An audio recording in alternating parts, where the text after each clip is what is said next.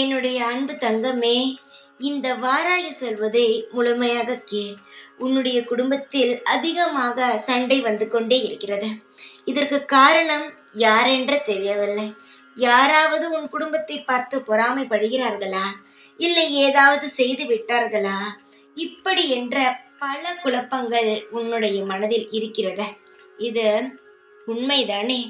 உன்னுடைய வாழ்க்கையில் பல விஷயங்கள் நடக்கிறது. ஆனால் எதற்குமே ஒரு விடிவு கிடைக்கவில்லை. எல்லாமே தவறாகத்தான் நடக்கிறது.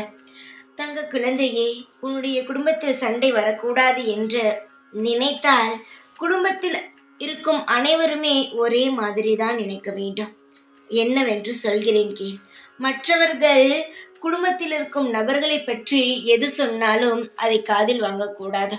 சில பேர் வாழும் வாழ்க்கையை பிடிக்காமல் பொறாமைப்பட்டு, இவள் எப்படி வாழுவாள், இவள் வாழ்க்கையை கெடுப்பதுதான் என் வேலையே என்று சிலர் வாழ்க்கையை கெடுக்க பல திட்டங்களை தீட்டுவார்கள்.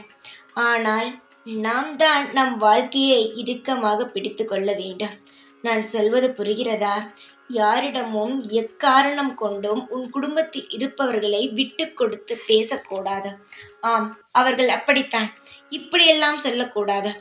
ஏதாவது பேசினால் கூட அவர்களை கண்டு கொள்ளாமல் சிரித்தபடி வந்துவிட வேண்டும். அவர்கள் எது சொன்னாலும் அதை எடுத்துக்கொண்டு வீட்டில் வந்து சண்டை போடுவது, இப்படியெல்லாம் இருக்கவே கூடாது தங்கமே.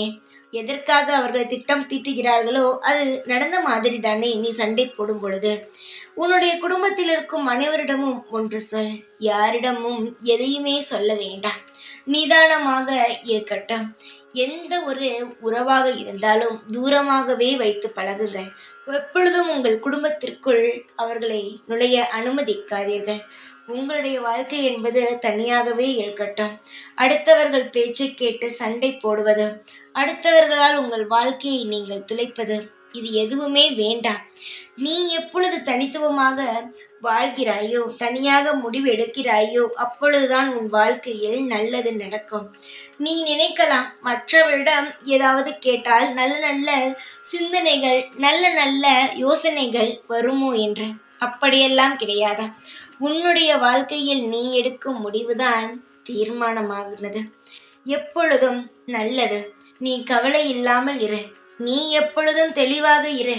யாரையும் நம்பி உன்னுடைய வாழ்க்கையில் இடம் கொடுக்கவே கொடுக்காதே.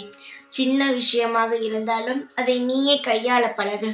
இந்த வாராகி இருக்கிறேன், அனைத்தையும் உனக்கு ஒவ்வொன்றாக கற்றுக் கொடுக்க. எப்பொழுதும் உன் கூடவேதான் இருப்பேன். இந்த வாராகி நான். ஜெய் வாராகி.